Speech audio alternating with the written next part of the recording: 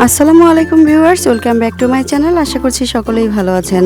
আজকে আমি আমাদের পুকুরের বড় শোল মাছের রেসিপি তৈরি করে আপনাদেরকে দেখাবো।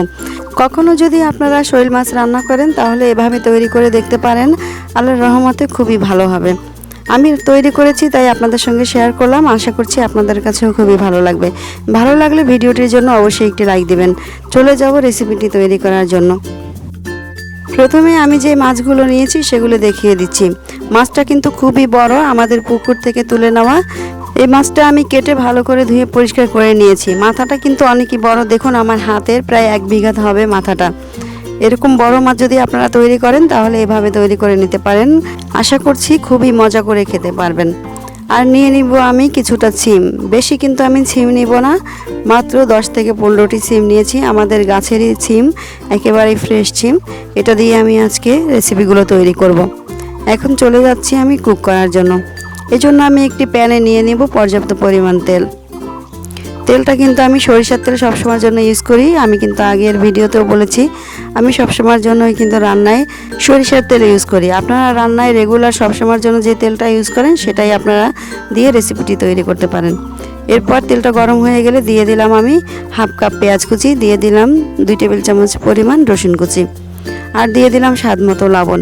এখন আমি এই সমস্ত উপকরণ হালকা একটু নেড়েচেড়ে মিশিয়ে নেব। কিছুক্ষণ ভেজে নেওয়ার পরে আমি দিয়ে দিব 1/2 কাপ পানি।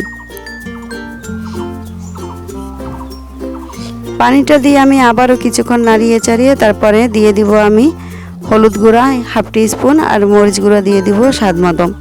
আপনারা ঝালটা যে যেরকম খেতে পছন্দ করেন সেভাবে দিয়ে নিতে পারেন।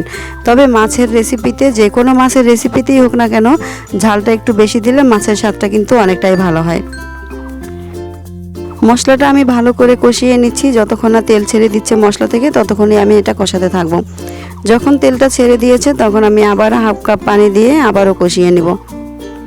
আপনি মশলার যে কোনো রেসিপি তৈরি করেন না কেন, মশলাটা যত ভালো কষানো হবে আপনার রেসিপিগুলো কিন্তু ততটাই ভালো আসবে। তাই ভালো করে কষিয়ে নেওয়ার পরে আমি দিয়ে দিলাম কিছুটা পানি। মশলাটা ভালো করে কষানো হয়ে গেলে মাছগুলো দিয়ে দিলাম। দিয়ে দেওয়ার পরে আমি আবার মাছগুলো ভালো করে কষিয়ে নিচ্ছি। যেহেতু এটা ফ্রেশ মাছ তাই আমি এটা কিন্তু তেলে ভাজিনি। আপনারা চাইলে কিন্তু হালকা তেলেও ভেজে নিতে পারেন। আমার কাছে তেলে ভাজা মাছ তেমন একটা ভালো লাগে না, তাই আমি এভাবেই তৈরি করছি। মাছটা যখন ভালোভাবে কষানো হয়ে যাবে তখন আমি এর ভেতরে দিয়ে দেব পর্যাপ্ত পরিমাণ পানি। পানিটা দেওয়ার পরে আমি ঢাকনা দিয়ে ঢেকে রাখবো। ঢাকনাটা দেওয়ার পরে যখন বলক চলে আসবে তখন আমি ঢাকনাটা তুলে যে ছিমগুলো রেখেছিলাম সেই ছিমগুলো আমি এর ভেতরে দিয়ে দেব। দেখুন সিমগুলো কিন্তু খুবই কম, অল্প করে দিয়েছি। আপনি চাইলে কিন্তু এটা বাদও দিতে পারেন।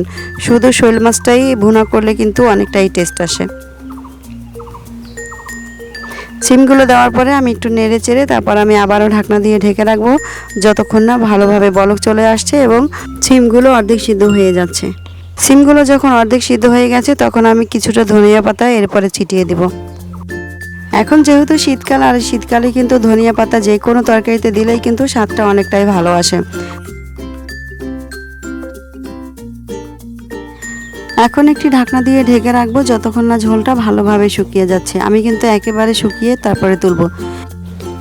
ঝোলটা কিন্তু একেবারেই শুকিয়ে গেছে, দেখতে পাচ্ছেন। এখন আমি এগুলো তুলে সার্ভ করে নিচ্ছি। তৈরি করে নিলাম ঝটপট শোল মাছের রেসিপি। শোল মাছের রেসিপিটি আপনাদের কাছে কেমন লেগেছে সেটা কিন্তু অবশ্যই কমেন্ট করে জানাবেন এবং ভিডিওটি ভালো লাগলে অবশ্যই একটি লাইক দেবেন। আর আপনি যদি আমার চ্যানেলে নতুন হয়ে থাকেন তাহলে কিন্তু অবশ্যই চ্যানেলটাকে সাবস্ক্রাইব করে রাখবেন এরকম নতুন নতুন ভিডিও নোটিফিকেশন পাওয়ার জন্য।